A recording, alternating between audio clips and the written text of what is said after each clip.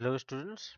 तो यहाँ पे हमारे पास क्वेश्चन है एम एक मैट्रिक्स दिया हुआ है एंड एडजॉइंट ऑफ एम, हमें इसी एम का एडजॉइंट हमें यहाँ पे गिवन है। ठीक है, तो हमें ए बी और ये सारी वैल्यू हमें चेक करनी है। ठीक है, तो यहाँ पे चेक करते हैं।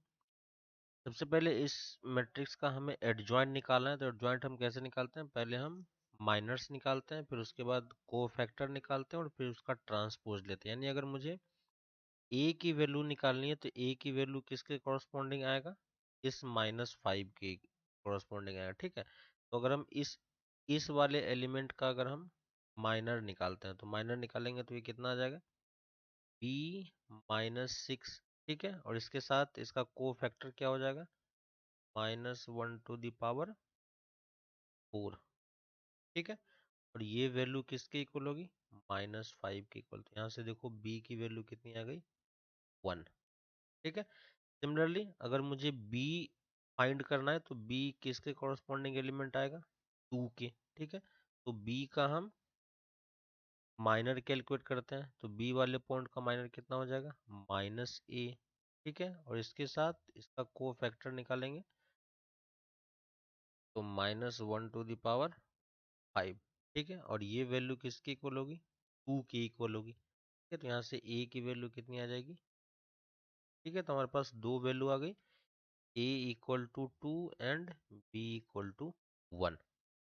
ठीक है, अब अगर ये दो वैल्यू हमें निकल गई तो अब हम m मैट्रिक्स हम बना सकते हैं। और m का अगर हम डिटर्मिनेंट कैलकुलेट करें, क्योंकि हमें आगे चल के डिटर्मिनेंट की जरूरत पड़ेगी यहाँ पे। ठीक है, तो m डिटर्मिनेंट अगर कैलकुलेट करते हैं तो कितना हो जाएगा, 0 1। a की वैल्यू हम निकाल चुके हैं 2। ठीक है, 1 2 3 3 1 एंड 1। ठीक है, हमारे पास ये आ गया। अगर हम इसमें ऑपरेशन लगाते हैं, R2 में से R1 को अगर हम माइनस करते हैं, ठीक है, तो यहाँ पे 1 ही रहेगा। ये वाला टर्म कितना हो जाएगा, 1, और यहाँ पे भी 1 आ जाएगा। ठीक है, एक और ऑपरेशन लगाते हैं, R3 को लिखते हैं R3 माइनस R2। ठीक है, तो R3 माइनस R2 करने से कितना हो जाएगा, 1, और ये दोनों 0 0। ठीक है, इसके बाद अगर हम इस के अबाउट ओपन कर देते हैं तो डिटर्मिनेंट ऑफ m की वैल्यू कितनी हो जाएगी, 2 टाइम्स 1 -2 इक्वल टू -2। ठीक है, तो डिटर्मिनेंट ऑफ m की वैल्यू कितनी आ गई, -2। ठीक है, तो ये वैल्यू हमने कैलकुलेट कर ली। अब अगर हम ऑप्शन चेक करते हैं तो फर्स्ट ऑप्शन चेक करोगे तो a प्लस बी की वैल्यू 3 सही है। ठीक है, एडजॉइंट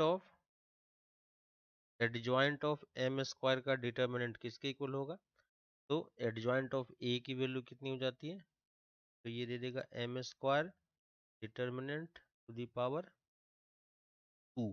ठीक है, तो ये कितना हो जाएगा, m determinant to the power 4। तो यहाँ से वैल्यू कितनी हो जाएगी, और m डिटर्मिनेंट की वैल्यू कितनी है, 2 2 टू द पावर 4 आ जाएगा, और -2 टू द पावर 4। तो ये इसके इक्वल नहीं है, तो ये वाला ऑप्शन गलत हो गया। Next, adjoint of m square. ठीक है, एडजॉइंट ऑफ m का होल इनवर्स, ये किसके इक्वल होता है, ये प्रॉपर्टी इसके इक्वल होता है। ठीक है, तो ये वैल्यू एक्चुअली में किसके इक्वल है, 2 times adjoint of m inverse. ठीक है, ये वैल्यू किसके इक्वल होनी चाहिए, -m के इक्वल। ठीक है, तो ये वैल्यू चेक कर लेते हैं। एडजॉइंट ऑफ m इनवर्स कितना होगा, तो हमें पता है एडजॉइंट ऑफ m किसके इक्वल होगा, determinant of m into m inverse के। ठीक है, तो एडजॉइंट ऑफ m इनवर्स की वैल्यू कितनी हो जाएगी, m इनवर्स का डिटर्मिनेंट इन, ये कितना दे देगा, m bye determinant of m। ठीक है, तो यहाँ पे अगर वैल्यू पुट करते हैं तो ये कितना हो जाएगा, 2 times m bye determinant of m, और डिटर्मिनेंट ऑफ m हमारे पास कितना है, -2। ठीक है, तो ये वैल्यू किसकी इक्वल हो गई, -m के। तो मतलब सी ऑप्शन भी हमारा क्या है, करेक्ट है।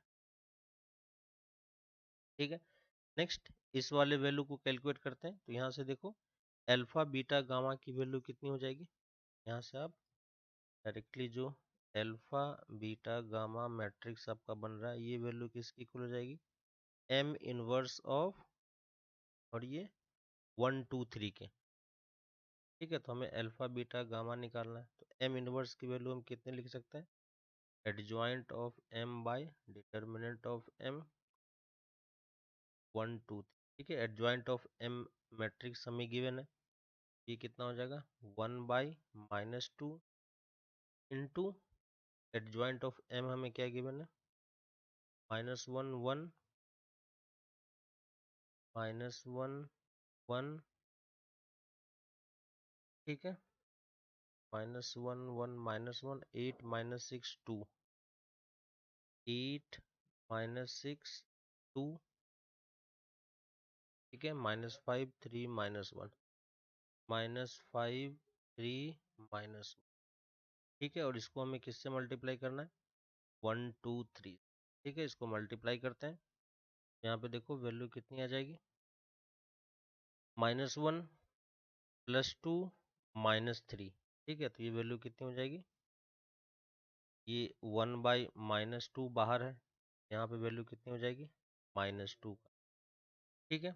यहाँ पे 8 -12 +6 यहाँ पे वैल्यू कितनी हो जाएगी 2 का, और ये वाला -5 +6 -3 यहाँ पे वैल्यू कितनी हो जाएगी, और हाफ से डिवाइड कर देंगे तो ये वैल्यू कितनी हो जाएगी 1 -1 एंड 1 का ठीक है।